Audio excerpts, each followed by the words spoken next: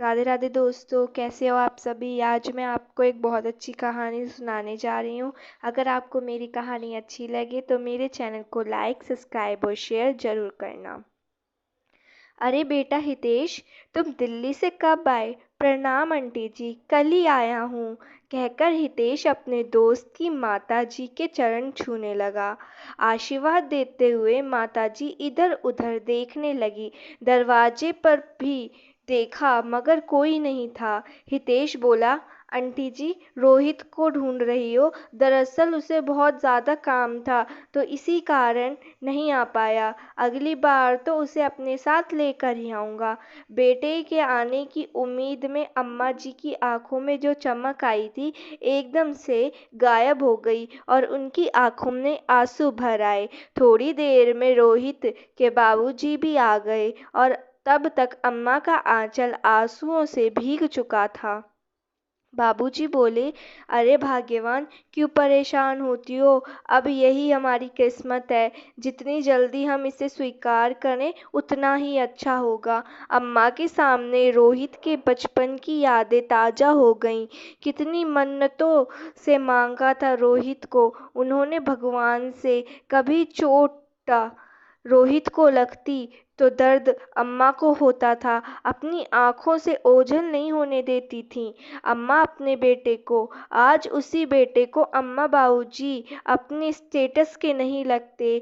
रोहित ऐसी ऐसी ऐसी बातें कहेगा जो अम्मा और पिताजी का सहारा बना था बुढ़ापे में बनना था, वे बुढ़ापे में उनका सहारा ना बन सका। तुम केवल अपनी कमाई और पैसों के बारे में ही जानते हो।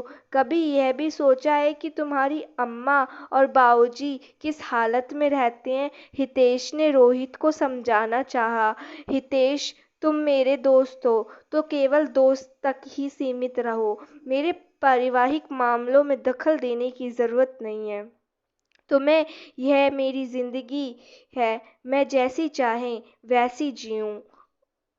अब मुझे अपनी ज़िंदगी कैसे जीनी है, अपने माँ बाप के साथ कैसे रहना है, या यह तुमसे जानने की ज़रूरत नहीं है। यह दिन भर में इतने मरीज आते हैं, अगर उन्हें छोड़कर मैं एक दिन के लिए भी चला जाऊं तो मेरे 1000 रुपयों का नुकसान हो जाए। उस नुकसान की भरपाई कौन करेगा। मैं अपना करियर छोड़कर गांव में नहीं रह सकता, और गांव में रखा ही क्या है।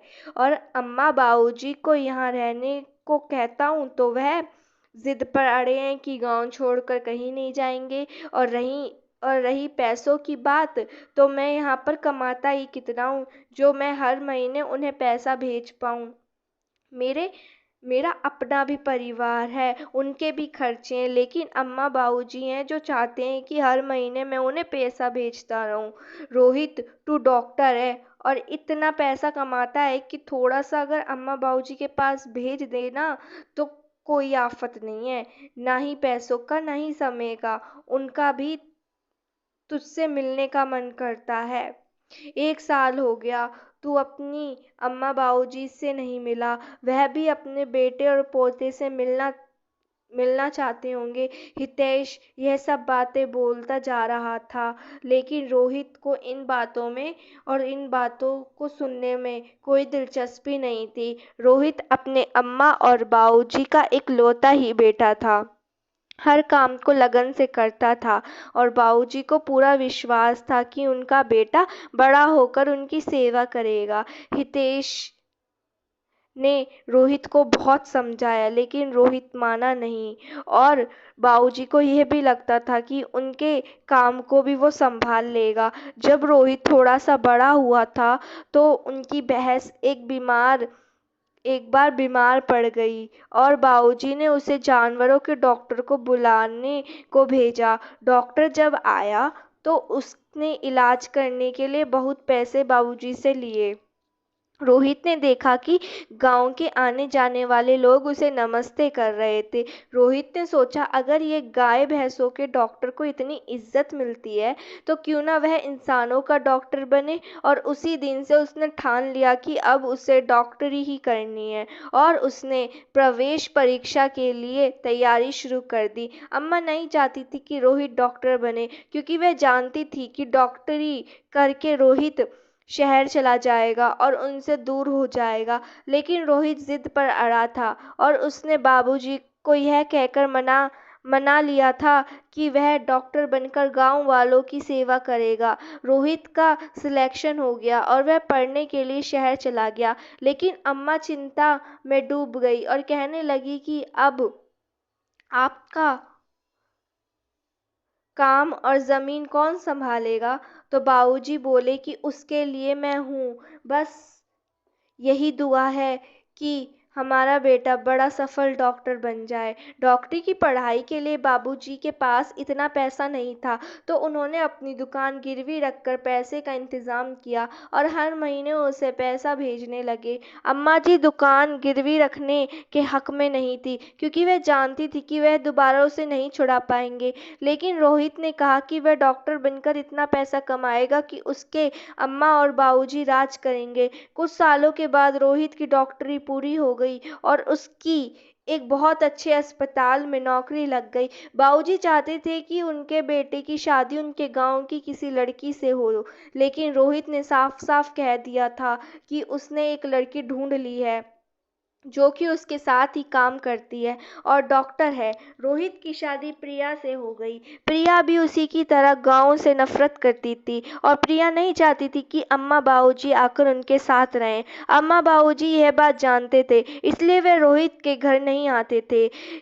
गिरवी जमीन को छुड़ाने के लिए जब बाबूजी ने रोहित से पैसे मांगे तो रोहित ने साफ इनकार कर दिया और कहा कि अब अपने लिए कोई नौकरी ढूंढ लीजिए और दुकान को भूल जाइए। कितनी मेहनत से खड़ी की थी यह दुकान, अगर यह दुकान ना होती तो हम तुझे ना पढ़ा पाते और ना ही यह डॉक्टर तू बन पाता। लेकिन रोहित को इन सब बातों से कोई मतलब ना था। वह अपनी शहर की जिंदगी में मस्त था। रोहित की पत्नी प्रिया भी एक डॉक्टर थी।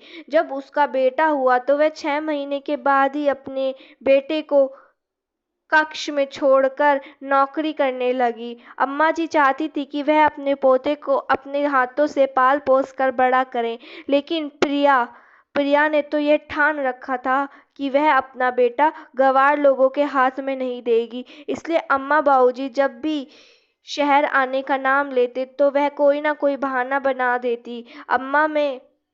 अम्मा याद करने लगी कि रोहित का बेटा धीरज अब कुछ इतना बड़ा हो गया होगा, अब चलने लगा होगा, कितने महीने का हो गया होगा। अपने पोते की शक्ल भी नहीं देखी थी। बाबूजी कहने लगे, हमने सोचा था कि रोहित यहीं गांव में डॉक्टरी करेगा और हमारे साथ ही रहेगा और हमारे आंगन में ही रोहित के बेटे की किलकारियां गूंजेंगी, लेकिन घर का आंगन सूना पड़ा है। अगर रोहित यहाँ होता तो पूरा घर खुशियों से भर जाता। दुकान तो रोहित ने रहने नहीं दी और अब इन हाथों में इतनी ताकत नहीं कि कहीं नौकरी कर लूं।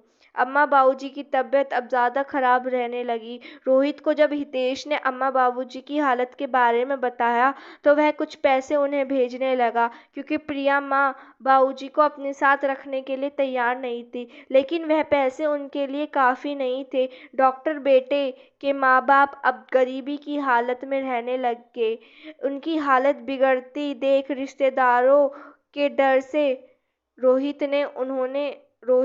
उन्हें शहर ले आया, लेकिन प्रिया ने उन्हें अपने घर में आने से साफ इनकार कर दिया और रोहित से बोला कि वह उन्हें वृद्ध आश्रम छोड़ आए। देखते ही देखते अम्मा बाबूजी की जिंदगी पूरी तरह से उजड़ गई। सोचने लगे, कैसी विडंबना है कि डॉक्टर बेटे के माँ बाप वृद्ध आश्रम में रहने को मजबूर हैं। रोहित का बेटा धीरज भी अब बड़ा हो चुका था और उसे भी उन्होंने डॉक्टर बनाने का ही सोचा था। उसे डॉक्टरी करने के लिए उन्होंने विदेश भेज दिया। रोहित ने अपनी सारी जमा पूंजी लगाकर और कुछ कर्ज लेकर अपने बेटे धीरज के लिए एक बड़ा अस्पताल खुलाया। जब धीरज विदेश से पढ़ लिखकर भारत लौटा तो उन्होंने उसे एक सरप्राइज के तौर पर उसका अस्पताल दिखाया, लेकिन धीरज ने साफ साफ कह दिया कि वह भारत में नहीं रहेगा, वह विदेश में ही रहकर अपनी डॉक्टरी करेगा। रोहित और प्रिया दोनों जैसे सुन्न हो गए। धीरज, यह तुम क्या कह रहे हो? प्रिया बोलने लगी।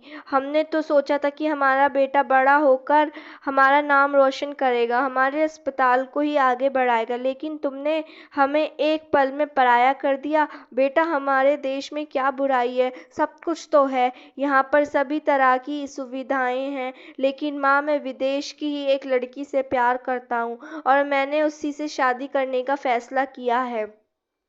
मैं उसे बदल नहीं सकता। यहाँ नहीं रहूँगा तो मतलब मैं नहीं रहूँगा। मेरी कल की फ्लाइट बुक है और मुझे कल ही निकलना होगा। धीरज ने अपनी बात स्पष्ट तौर पर कह दी। रोहित और प्रिया दोनों को जैसे कांटों ने छन्नी कर दिया। उन्हें अपने कानों पर विश्वास नहीं था। धीरज, धीरज, तुम सेटल करने के लिए हमने इतना बड़ा कर्ज उठाया, अपनी जिंदगी भर की कमाई दांव पर लगा दी और अब तुम ही हमें छोड़कर जा रहे हो। क्या कमी थी हमारी परवरिश में जो तुमने हमें यह दिन दिखाया? प्रिया के हाथ पैर सुन्न हो गए और बोली, मैं तुम्हारे बिना नहीं रह सकती मेरे बेटा। धीरज बोला, आप शुरू से तो मेरे बिना ही रह रही थी ना। जिस समय मुझे आपकी सबसे ज़्यादा ज़रूरत थी उस समय तो आप अपने काम में व्यस्त थी। ना तो मेरे लिए पिताजी के पास कोई समय था और ना ही आपके पास, और दादा दादी को आपने कभी मुझसे मिलने नहीं दिया। अगर मेरे बिना आप दोनों का मन नहीं लगता तो आप भी वृद्ध आश्रम में जा सकते हो, और वैसे भी दादा दादी तो वहीं पर हैं वृद्ध आश्रम में, तो आप क्यों नहीं जा सकते? यह बात सुनकर जैसे प्रिया के पैरों तले जमीन खिसक गई।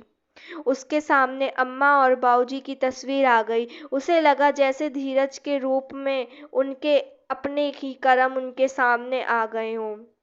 प्रिया गहरी सोच में डूब गई। इसके आगे और कुछ न बोल पाई और अपने कमरे में चली गई। रोहित भी आज ऐसा महसूस कर रहा था जैसे उस पर किसी ने घड़ों घड़ों से पानी डाल दिया हो। आज उसे उसका दोस्त हितेश याद आ रहा था, जो हर पल उसे उसके कर्तव्य याद दिलाता रहता था, परंतु उसने दोस्त की भी नहीं सुनी। थोड़ा संभलने के बाद रोहित और प्रिया ने फैसला किया कि वे वृद्धाश्रम जाएंगे। अगले दिन जब वो वृद्धाश्रम पहुंचे तो उन्हें सामने देखकर अम्मा और बाबूजी की आंखों में चमक आ गई।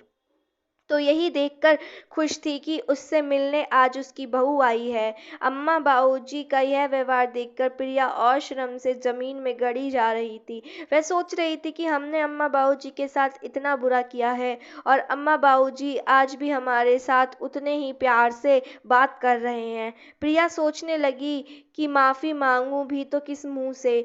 प्रिया और रोहित अम्मा बाबूजी के पैरों में गिर पड़े। हमें माफ़ कर दो अम्मा बाबूजी, हम आपके गुनहगार हैं। आज तक उसने अम्मा बाबूजी के बारे में नहीं सोचा, लेकिन आज जब वह खुद उसी स्थिति में खड़ी है जिस स्थिति में उन्होंने अम्मा बाबूजी को लाकर खड़ा कर दिया था, वह उनके दर्द को समझ पा रही थी। अम्मा बाबूजी की जर्ज हालत देखकर प्रिया और रोहित अपने आप को कसूरवार मान रहे थे।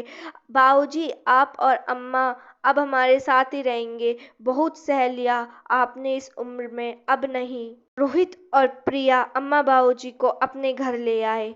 घर आकर देखा तो सामने धीरज खड़ा था। प्रिया और रोहित के चेहरे पर मुस्कान आ गई। हैरान होते हुए प्रिया ने पूछा, बेटा, तेरा तो आज फ्लाइट था। मम्मी पापा, मैं आपसे झूठ बोल रहा था, मेरी कोई फ्लाइट नहीं थी और मैं अपने ही देश में रहना चाहता हूँ और यही आप सबके साथ जीवन जीना चाहता हूँ। मैं जानता था कि आप दोनों दादा दादी को वृद्ध आश्रम में छोड़कर आए हो। हितेश अंकल ने आपको वृद्ध आश्रम के बारे में बात करते हुए सुन लिया था। जब आपने हितेश अंकल को की बात नहीं मानी तो उन्होंने आकर मुझे सब बात बताई। जब मुझे पता चला कि मेरे दादा दादी वृद्ध आश्रम में रहते हैं तो मेरा मन दर्द से भर उठा। मैं बचपन से ही प्यार को तरस रहा था और दादा दादी अपने बच्चों के पास रहने को। मैं जानता था कि आप दोनों मेरे समझाने से नहीं समझेंगे, इसलिए मैंने यह सब नाटक किया ताकि आप समझ सकें कि माँ बाप का बच्चों के बिना क्या हाल होता है।